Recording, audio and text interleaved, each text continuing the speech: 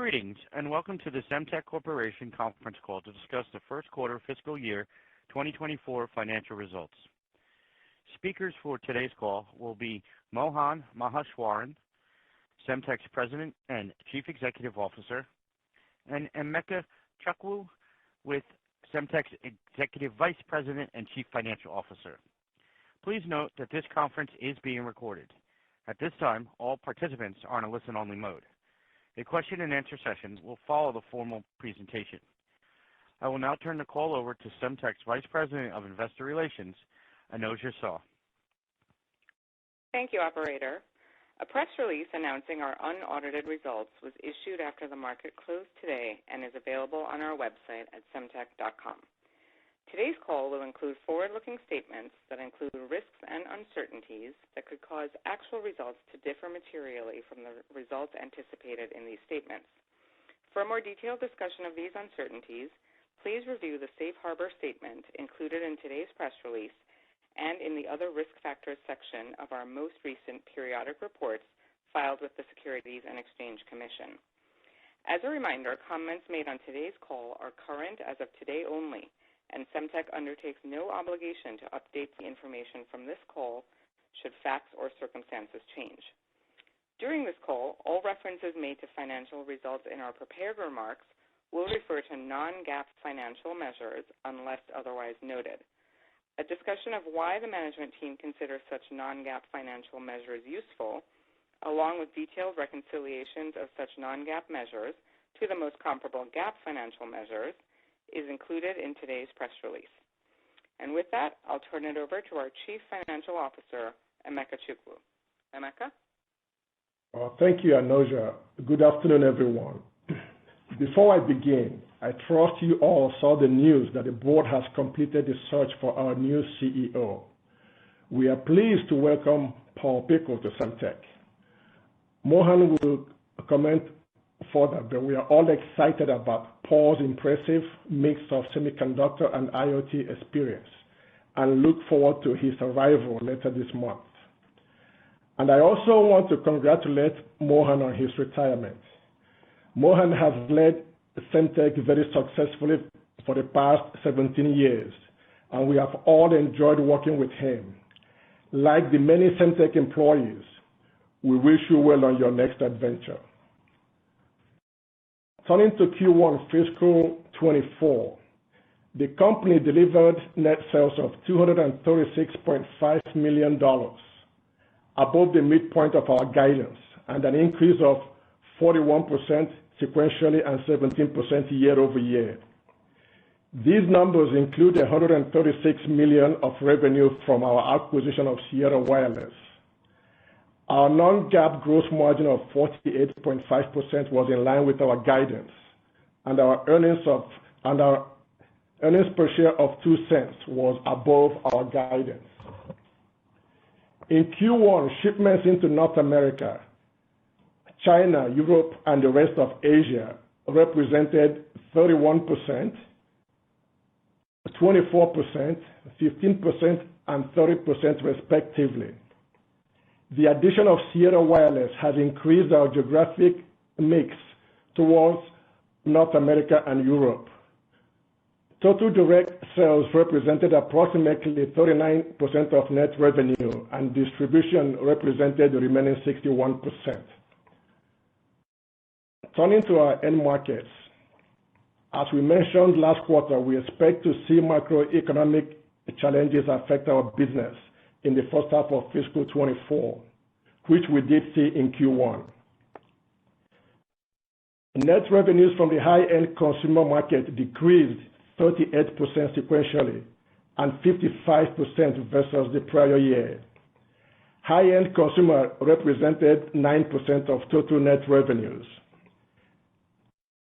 Net revenue from the industrial end market increased 130% sequentially and 125% over the prior year due to the inclusion of Sierra Wireless.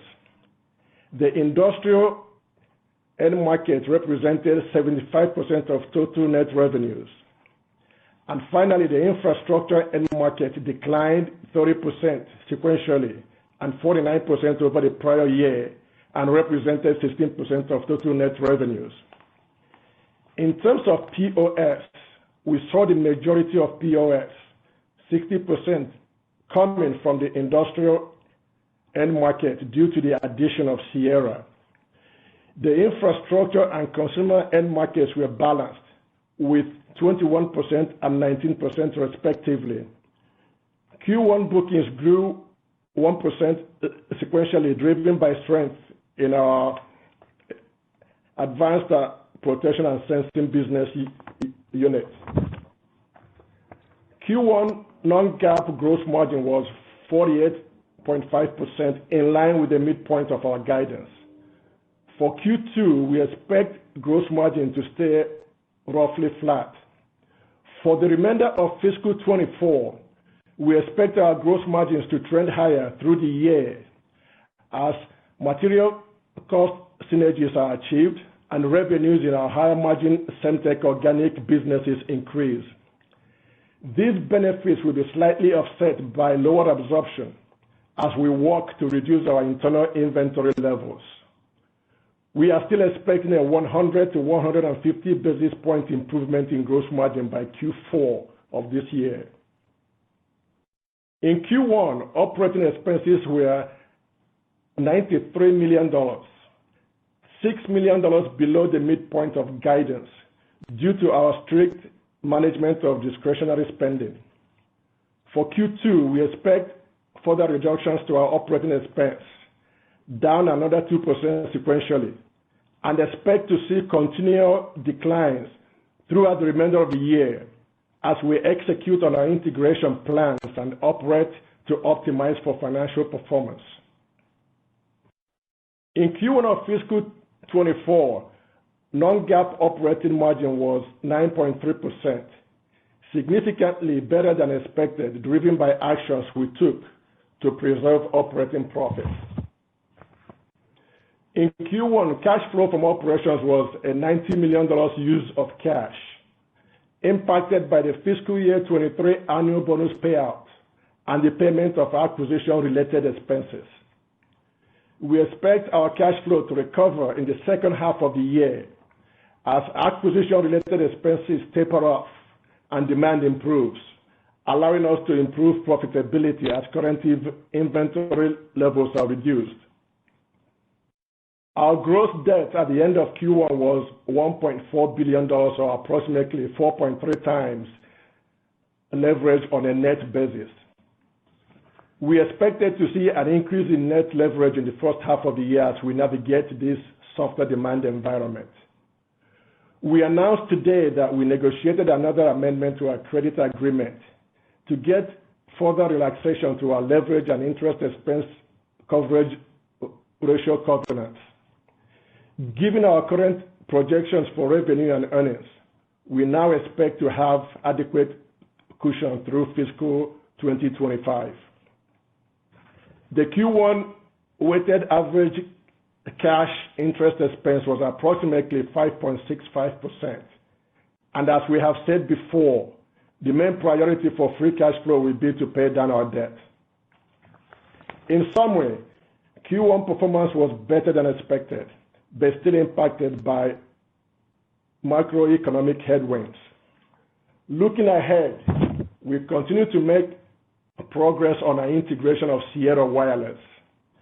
Our synergies are ahead of plan, and as a result, we still expect the Sierra acquisition to be accretive to earnings in fiscal year 24.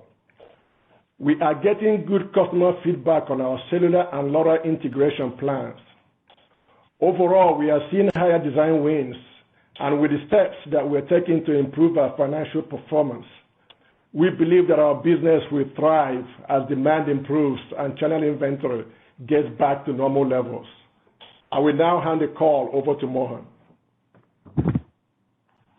Thank you, Emeka. Good afternoon, everyone.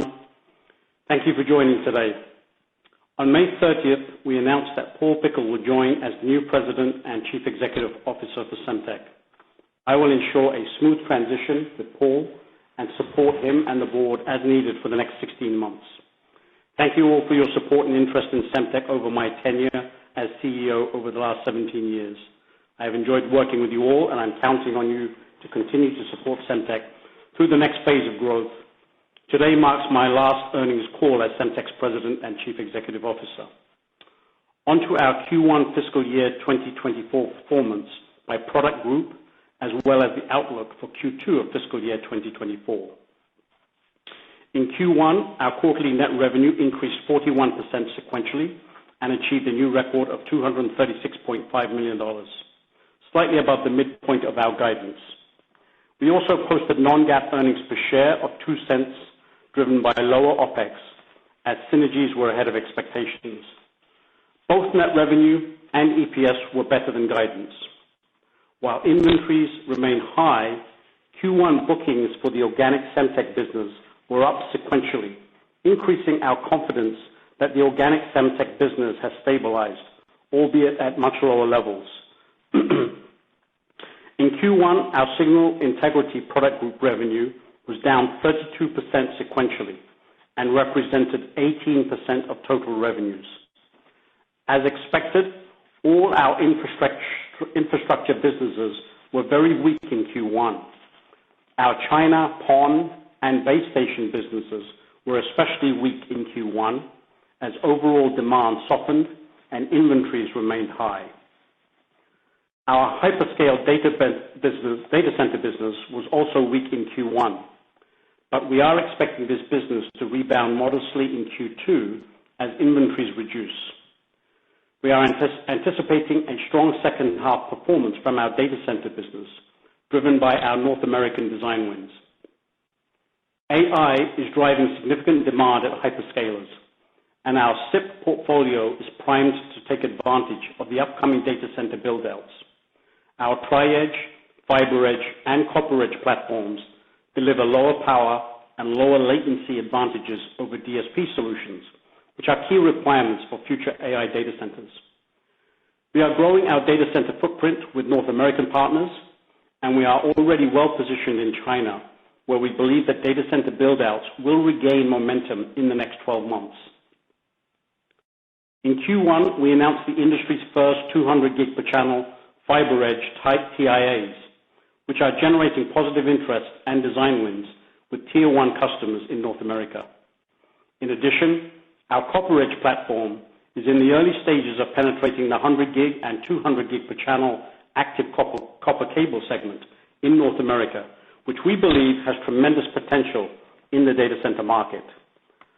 We remain confident that our full portfolio of data center platforms, including ClearEdge and Tri-Edge CDRs, FiberEdge PMDs, and CopperEdge redrivers, will enable us to rapidly grow our hyperscale data center business over the next several years. While our PON business saw a sequential decline in Q1, we believe excess inventories are starting to reduce. Increasingly, we are seeing service providers outside of China starting to deploy PON systems, which is a very encouraging sign for our future PON business. Our PON portfolio has recently been expanded with the industry's first 50 gig PON OLT chipset, which already has design wins at Tier 1 European customers. We believe our 2.5 gig, 10 gig, 25 gig, and 50 gig PON PMD portfolio offers customers the broadest and highest performance PON PMD portfolio in the industry, and we expect our PON business to return to growth in the second half. Revenue from our wireless base station business was also down in Q1 on both a sequential and year-over-year basis, as the macroeconomic slowdown in China has impacted demand for both 4G and 5G base stations. However, new tenders recently issued in China should drive meaningful growth in this segment in the second half of FY24 and in FY25. In Q2 of FY24, we expect continued reduction of customer and channel inventories across our infrastructure businesses, and we expect a modest improvement in revenues from China as our China demand begins to recover. As a result, we expect our signal integrity product group revenues to increase sequentially in Q2. Moving on to our advanced protection and sensing product group. Q1 net revenue from our advanced protection and sensing product group decreased 25% sequentially and represented 15% of total revenues. The drop was driven by lower demand from the consumer segment, as we are faced with high inventories in both the China and Korean smartphone markets. We expect inventory digestion to continue for several quarters. However, we continue to achieve solid design wins on new smartphones with our leading USB-C protection platform across all Tier 1 global smartphone customers. In Q1, we announced the expansion of our PerSe product portfolio with the release of a new SAR sensor for 5G mobile devices. Semtech's PerSe technology senses human proximity and enables smartphones to implement RF power control. New SAR regulations in China, starting in FY25, are beginning to be a catalyst for new proximity sensing growth, with bookings and POS up significantly from Q4. We expect this to increase as adoption of our SAR sensors continues in the second half of FY24. On the broader market for our protection products, we are seeing strong demand from the automotive segment as adoption of our high-performance system protection portfolio is accelerating.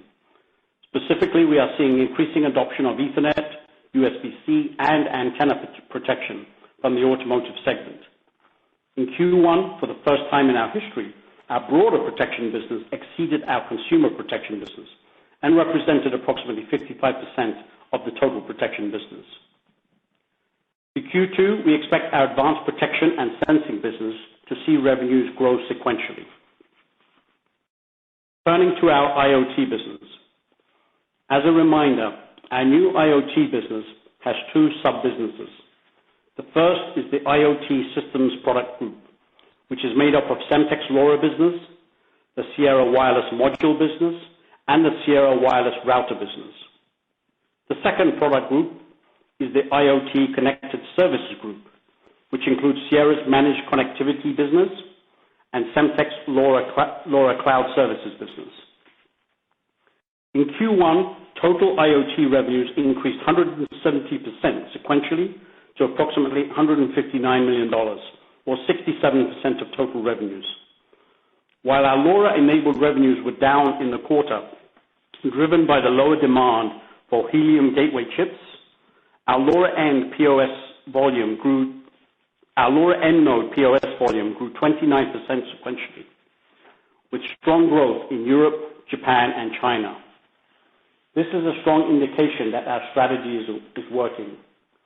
We expect future LoRa end node deployments to continue to increase as the demand for low-power sensor networks incorporating edge AI routers becomes mainstream in the IoT world over the next few years. The adoption of LoRa continues to grow across many IoT use cases globally, especially in North America and Europe. Some of the recent exciting announcements this quarter included Sustainable Harvest deployed LoRa-enabled sensors and LoRaWAN-based gateways across its durian fruit farms in Malaysia to improve farming practices, lower operational costs, and increase crop yields. Durian is a challenging crop that needs 24/7 maintenance for high yield, and LoRa-enabled sensors give farmers real-time data for the health of their farms every step of the growth cycle.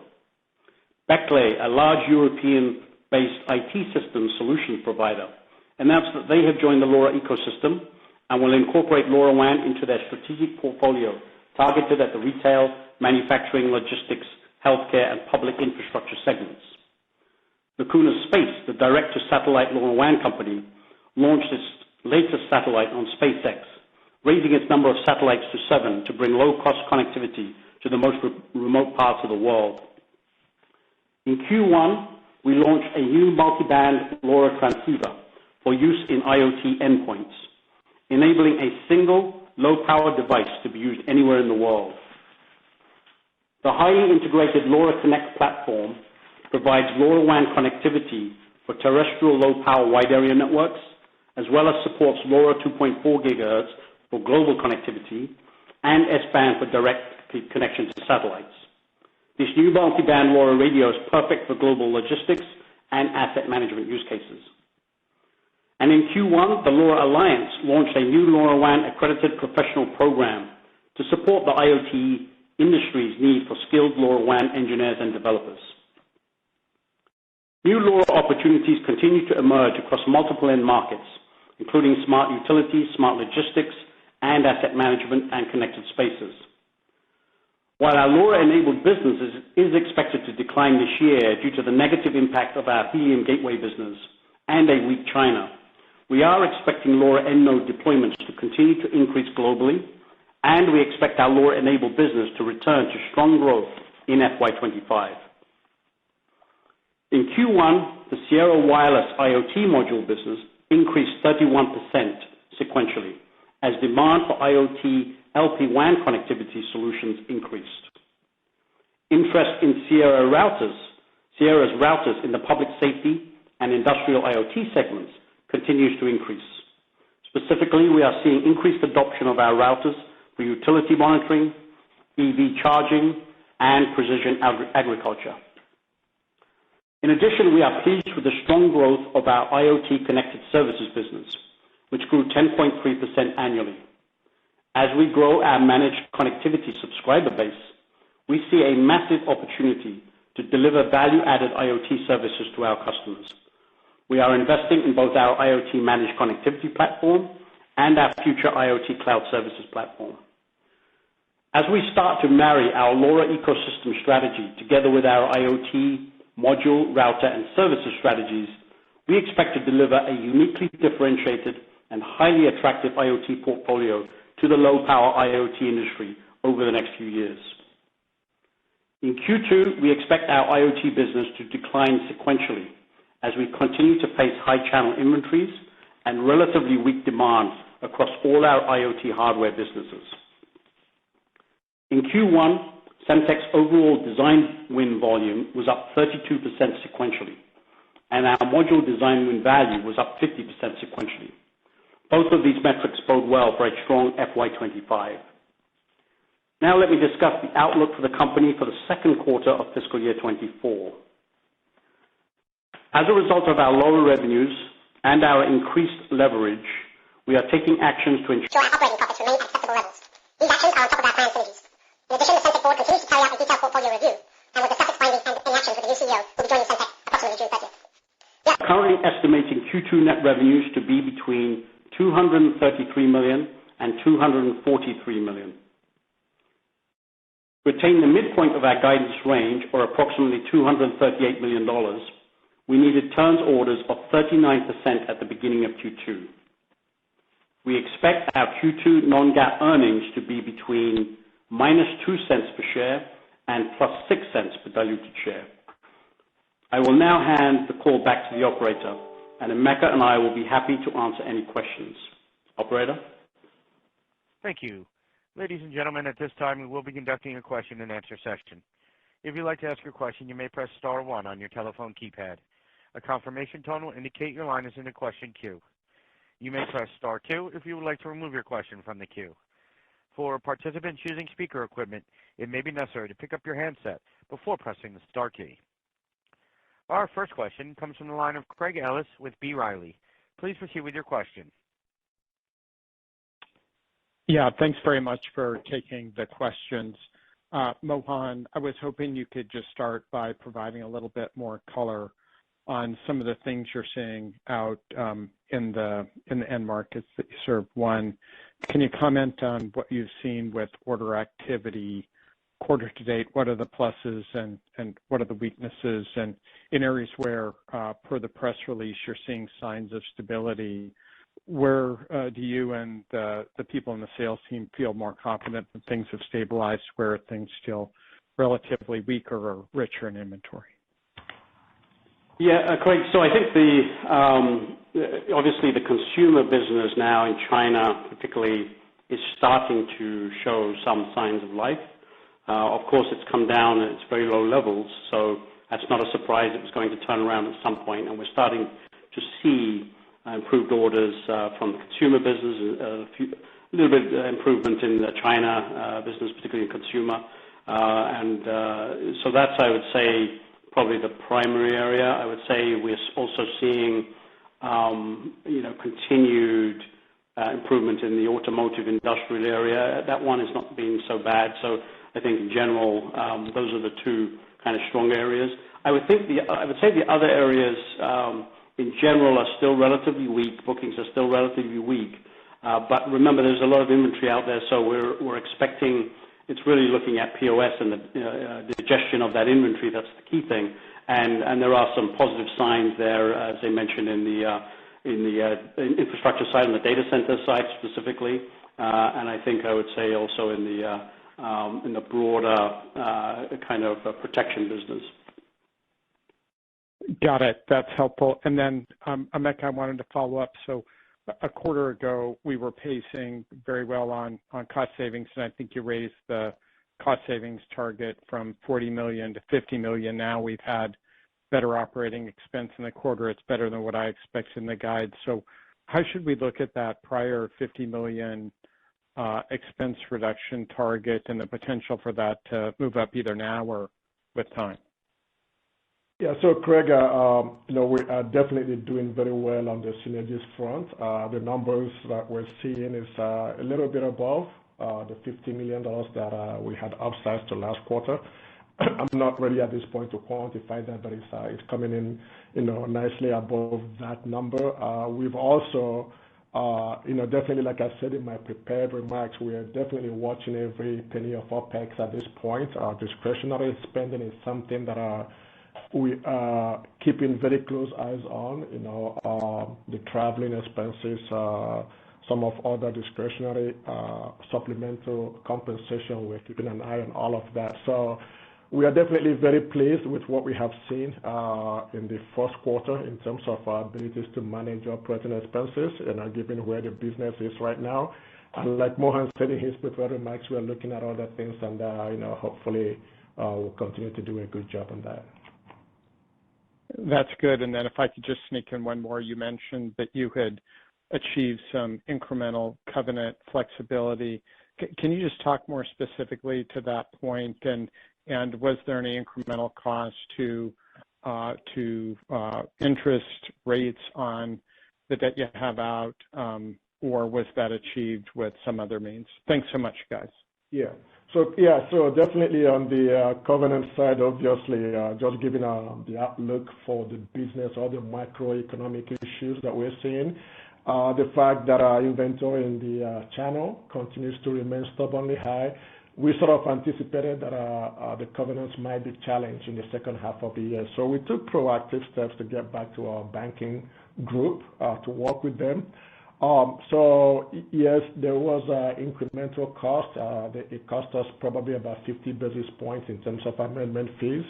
And because the leverage is anticipated to be higher, the interest rates associated with those are going to be a little bit higher than what we originally had communicated and the original agreement that we had out there.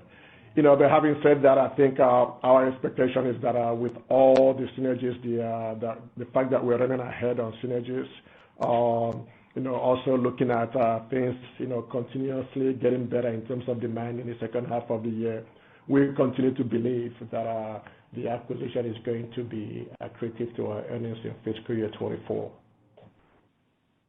Thanks, Emeka. Thanks, Mohan. Our next question comes from the line of Scott Searle with Roth Capital. Please proceed with your question. Hey, good afternoon. Thanks for taking my questions. Nice job on the quarter. And Mohan, I want to wish you all the best again in your future endeavors. It's been a pleasure working with you over the past couple of years. Thank you, Scott. Hey, maybe just to follow up on Craig's question on the covenant front, Emeka, I just want to clarify a couple of things. It sounds like there were some small penalties. There was an increase in the interest rate. But I want to make sure in terms of the guidance that you gave for the second quarter, that is included, right? That interest expense is already included in there. And then going forward, in terms of further reductions in the OPEX structure and or evaluation of the portfolio and potential asset sales, that is not being mandated by the bank. That is, in fact, just part of your general pruning of operations and optimizing things going forward. Is that correct? Yeah, so the second one, I'll just think that, yes, that is just, it's what every good business would do in a time like this. And, we already have that set in motion. It was not something that was mandated by the banks. And with regards to the interest expense, yes, our guidance has factored in the new agreement I think in Q1, the weighted cash interest rate was about 5.65%. In Q2, we are anticipating that based on our guidance to probably be about 6.1%.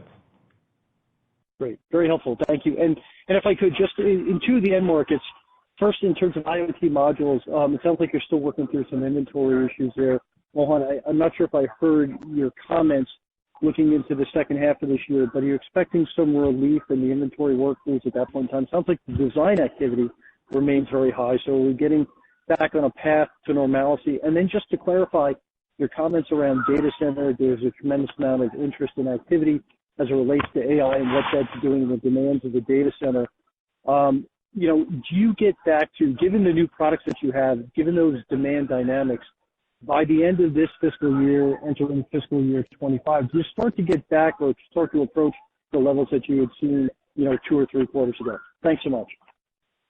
Yes, Scott. So let me start with on the IoT side. I think Semtech's IoT business, we saw softness in China. We saw softness in general, probably a little bit earlier. The Sierra business now has seen some weakness and continues to see some weakness, particularly on the modules and the router side and the hardware side. A little bit, some of that's North America and Europe catching up with the softness in Asia. And I think we're going to see that in Q2 and maybe Q3. But after that, I think we'll start to see a little bit more positive momentum. And this is speaking about kind of the traditional Sierra modules that they've been selling. Obviously, there's a lot of design-in activity around, the new approach that we're taking now with modules and how we're thinking about things, and that could generate some interesting opportunities, I think, going forward. With regard to data center, I think, our expectation is that, obviously Q1 was very weak. Q2 will be stronger, and we're expecting the second half to be stronger than the first half. Could we get back to the levels of the first half of last year? I think we need to see some of our design wins that we've got going on. We have good momentum in North America, as we've stated, and we have some new opportunities with Copper Edge, as I mentioned in the prepared remarks. They're probably more FY25 kind of drivers, but we're hoping to see some of that in the back end of this year. Great. So, thanks so much, and best of luck going forward. Thank you. Our next question comes from the line of Harish Kumar with Piper Sandler. Please proceed with your question. Yeah, Mohan, I want to also wish you best of luck with your retirement. Enjoyed working with you all these years. I just had a couple of questions. The first one, generally speaking, kind of, if I had to pin you down and say, how many quarters of inventory do you think there is on an aggregate basis for Semtech plus Sierra Wireless combined? Would you be able to tell us, is it a quarter or 2 quarters? And are you losing any design wins, or is it just the slowdown is just purely a function of the fact that there is excess inventory in the channel?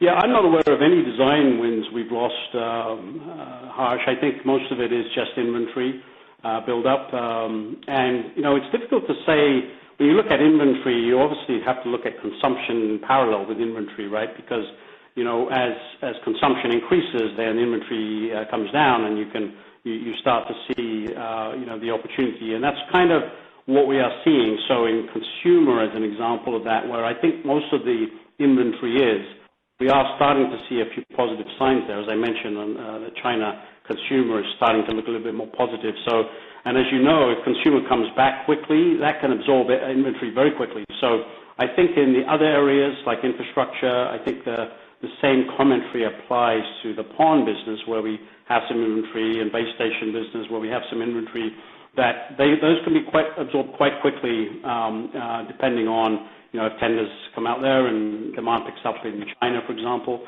I think where we're currently seeing demand, I would say data center is the strongest in the infrastructure areas, and I would say on the industrial side, it's probably still the automotive area, and then the consumer area. And the consumer area has been extremely weak for a long time, so that's not a surprise, right? Totally. And then, Mohan, I had a follow-up, but I'll ask a two-part question if you don't mind. On LoRa's side, is helium all completely played out, and do you think it's bottomed out in your guidance at this point in time? And what would make it come back? So is it the funnel, or are you seeing still pretty good design activity here? And then secondly, if I was to make a statement, this is part two of the question, that I think maybe your business is about bottomed out in the last quarter that happened. What would you say? Would you agree with that statement in general based on all the commentary, or would you say that maybe there's some color required there? No, so I think the Semtech organic business is definitely, Q1 was probably the bottom. I don't think we'll see any further decline from that, and that's clearly why we're guiding Q2 slightly up, and part of that is the improvement in the Semtech organic business. And that kind of narrative is the same on the LoRa side. Yeah, the helium was kind of an opportunistic business, has now gone away, and so it's, yes, clearly in the guidance that it's not in there. Could it come back? We're not banking on helium coming back. I don't think that was ever the strategy for LoRa, and we're banking on low-power IoT sensors growing, and as I mentioned, LoRa end nodes are growing. We're still seeing a lot of demand for LoRa across the globe. We're seeing a lot of use cases, being deployed.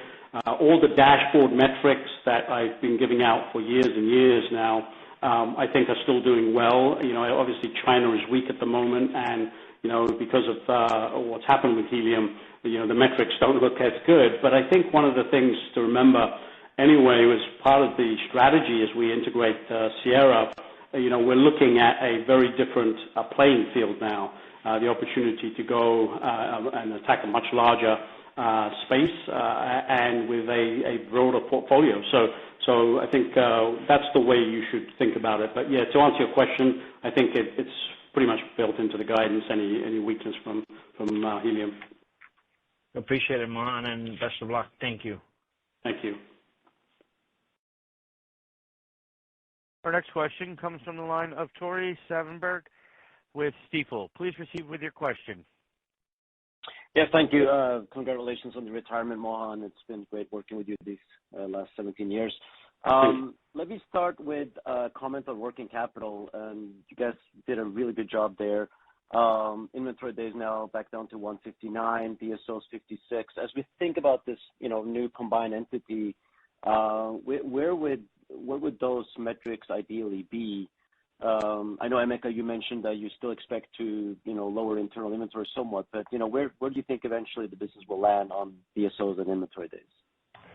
So, Tori, as we continue to get very familiar with the new Sierra business, my expectation would be that the inventory days will continue to come down, both in terms of Sierra's inventory and Semtech organic inventory, right? I wouldn't be surprised to see those days of inventory probably get down to the 120s or something like that by the end of the year, given the plans that we have. So we just have to see how it plays out. Of course, demand is going to be a key factor in that equation. With regards to receivables, Sierra typically has longer payment terms for their customers than the Semtech organic business does. 59 days, it's not that bad, but I think I would expect to see that come down. I would like to see that maybe come down to 50 or 55 days. Great, that's great perspective. And Mohan, you talked about expectation for growth resuming in data center second half of the year. I mean, I think that makes sense given all the dynamics there. But you also mentioned you expect base station to actually grow in the second half. Any data points that gives you that conviction? Just new tenders in China, Tori, that we know about. We don't know exactly how that's going to affect our business yet, but we know that it's happening. And whenever you hear, obviously in the base station business and the PON business, it's all about service providers and all about tenders, and it's all about how many systems are going to be deployed. And so when you see tenders going out and you see quantities of unit volume quantities, then it just becomes a question of how the share is allocated. We're pretty much, as you know, in most of these 5G systems in China, we're and 4G systems, we have very good relationships and very good penetration, the same on the PON side. So I think, our expectation is that if those come to fruition, and then obviously that's always a question in terms of timing, then the second half will be stronger. If not, FY25 is going to be very strong. Great, thank you. I'll go back in line. Our next question comes from the line of Quinn Bolton with Needham. Please proceed with your question. Hey, Mohan. I will echo my congratulations and great working with you. Wanted to start just on a follow-up on Tore's question on the base station business. I think in the past you guys have said you get much higher content in sort of the 3 to 6 gigahertz bands rather than the 700 megahertz band. Just wondering if these tenders going out in China are in those higher frequency bands where you might have greater dollar content in those base stations. Yeah, I believe so, Quinn. So, I don't know exactly the detail, but I believe they are. Perfect. And then on the turns percentage, I may have missed what turns was in fiscal Q1, but 39% I think is back up towards the higher end of certainly recent ranges. With visibility still being pretty low, how comfortable are you with turns up near 40% for the second quarter? Yeah, I think, actually this is kind of closer to our historical levels. So, we actually, if you go back pre-COVID, I mean, we were turning, 40, 50%.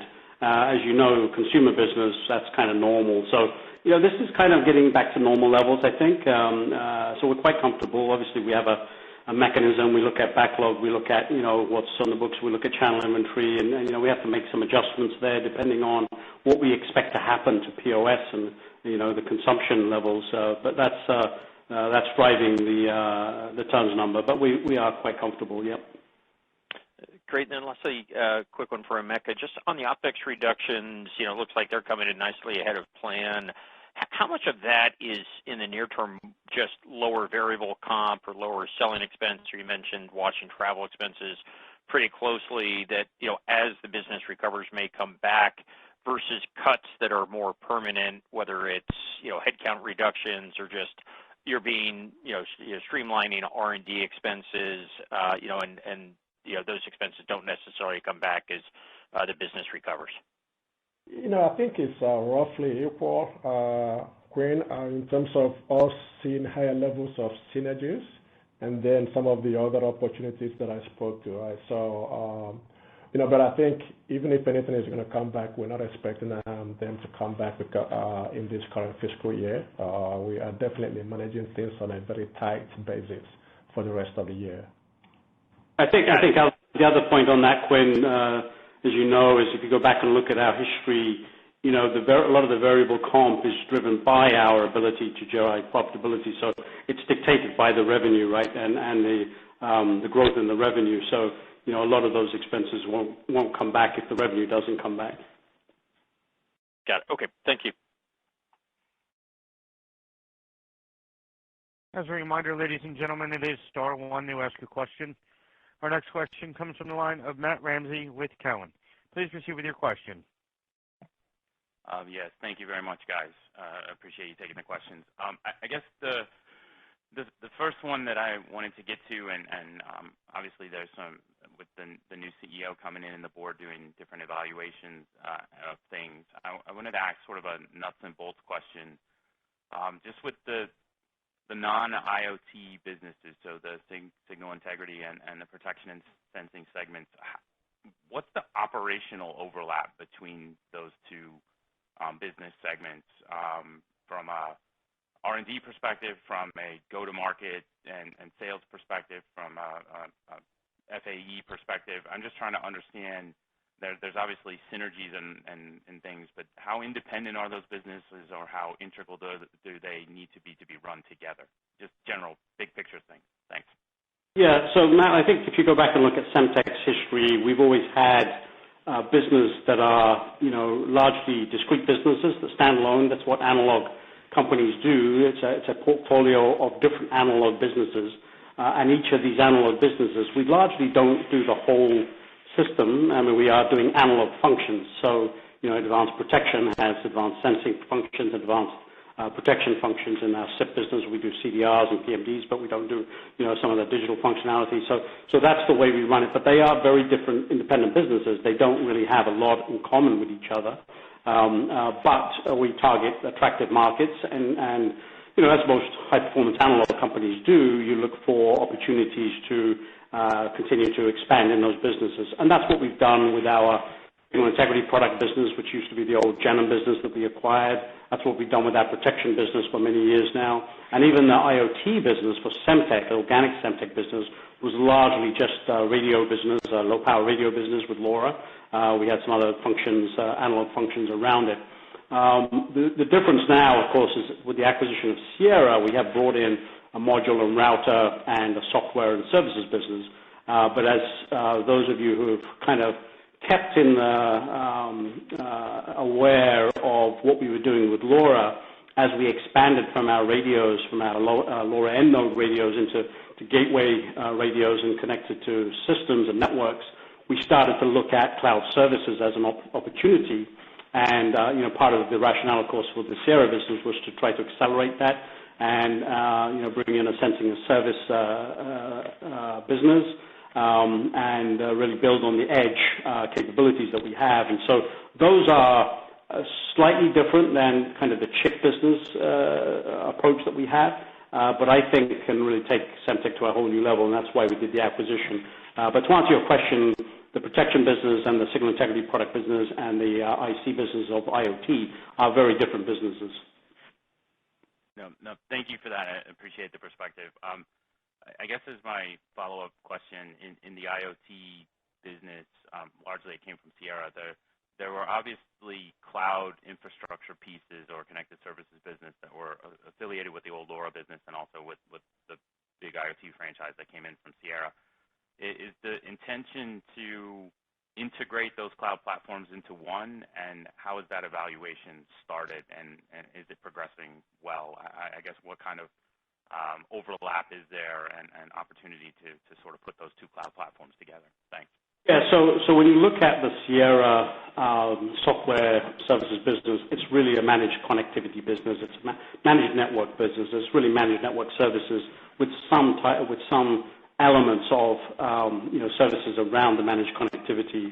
With Semtech, it's all about the end nodes and managing those end nodes. And thinking about sensors. And so, marrying the two together, we're essentially saying we're building a higher value platform for our customers. So a customer that wants to build a private network, for example, and manage its sensors on that network and have managed connectivity and understand where the security holes are and understand the provisioning of those sensors on the network and understand the location of the sensors on the network and the health of the sensor. I mean, that's really the kind of end game, I think, for us. And I think we really have a very nice platform to do that now. The Sierra Advantage platform, the software platform that they had, which they've had for many years, combined with our cloud, LoRa Cloud platform. And, obviously there's work to do on the integration side, but really, once we've done that, I think it's going to be a very unique and very differentiated platform. All right. Thank you very much, guys. I appreciate it. We have a follow-up question from the line of Tore Svanberg with Stifel. Please proceed with your question. Yeah, thank you. Just two quick follow-ups. The turns 39%, that was at the beginning of the quarter. How would that number be now as you're almost halfway through the quarter? Yeah, we don't normally give that out, Tori. Otherwise, I had given that number out. We normally talk about the turns at the beginning of the quarter. I would just tell you that we're confident that we'll make our guidance, right? Got it. But I mean, it's safe to say that the world is back to turns, right? Because obviously the industry hasn't had a lot of turns the last 2 years, so we're sort of back to that, right? Yeah, I think remember during COVID, I mean, the turns went to zero, right? So we basically had a quarter backlog, and that was an unrealistic situation, and so now we're getting closer. I don't think we're quite there yet, but we're getting closer to the pre-COVID levels where we were routinely turning 45% a quarter, right?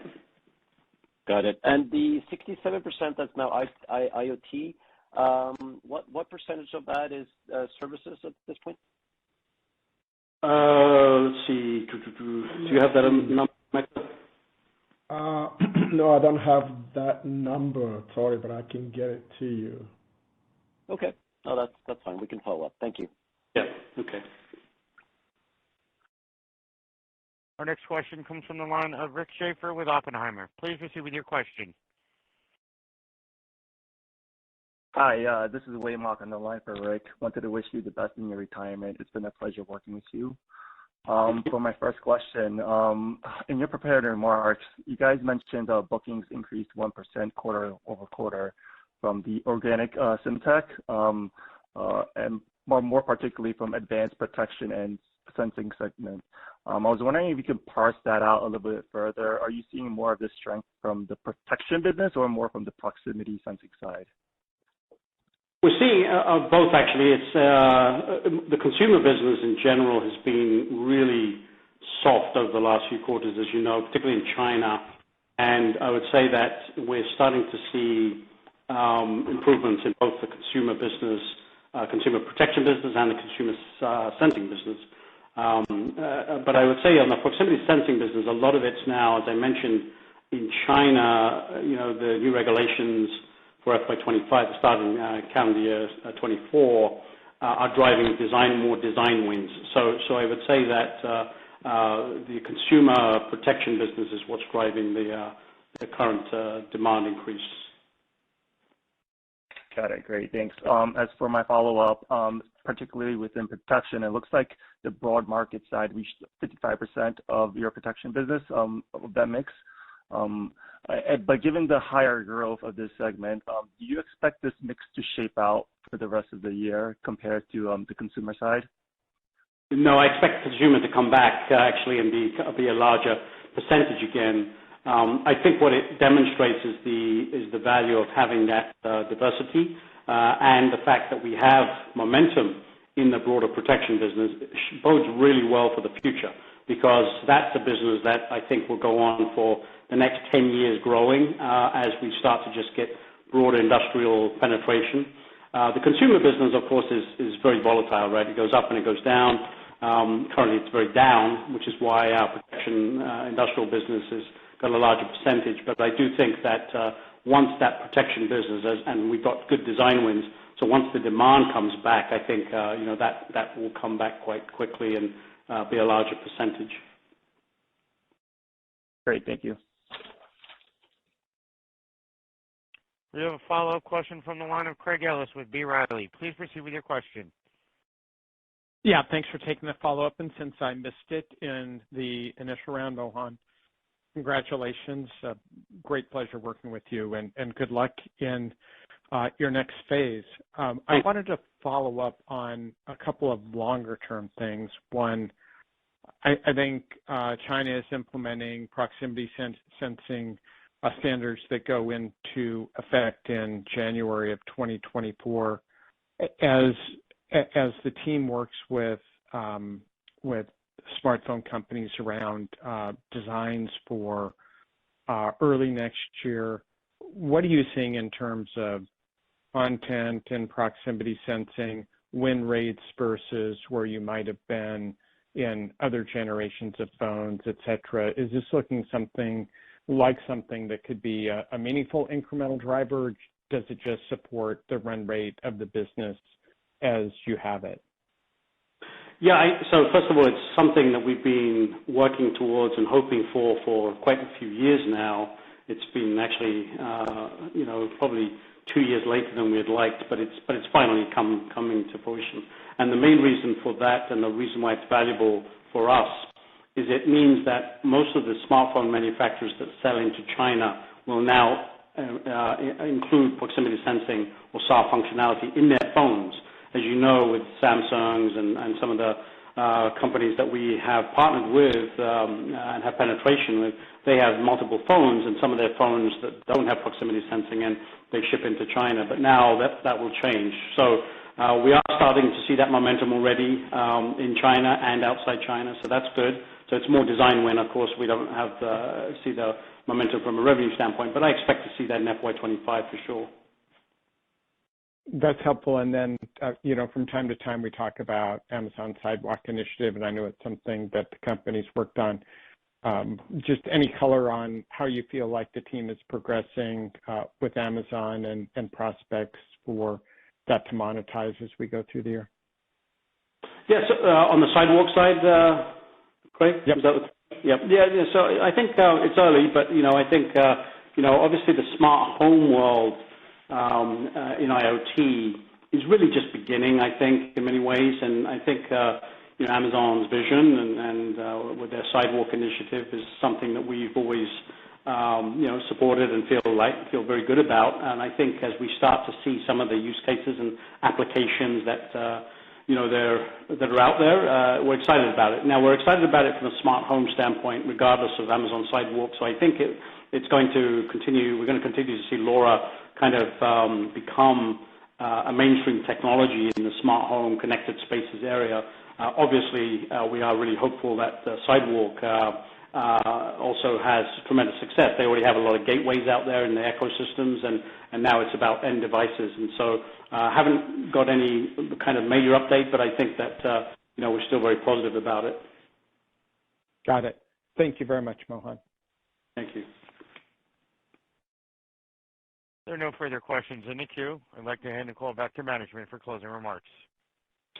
Thank you. Before we close, I want to share that we delivered our inaugural ESG report this quarter, showcasing the many ways our low-power products are having a significant impact on society as the world adopts technology to monitor and manage our scarce natural resources. You can find this report on our website. In closing, our global teams are executing well in a challenging economic environment. I know I'm leaving the company in excellent hands with the arrival of Paul Pickle as the next Semtech president and CEO. Thank you all again for the many years of support. Thank you. Ladies and gentlemen, this does conclude today's teleconference. Thank you for your participation. You may disconnect your lines at this time, and have a wonderful day.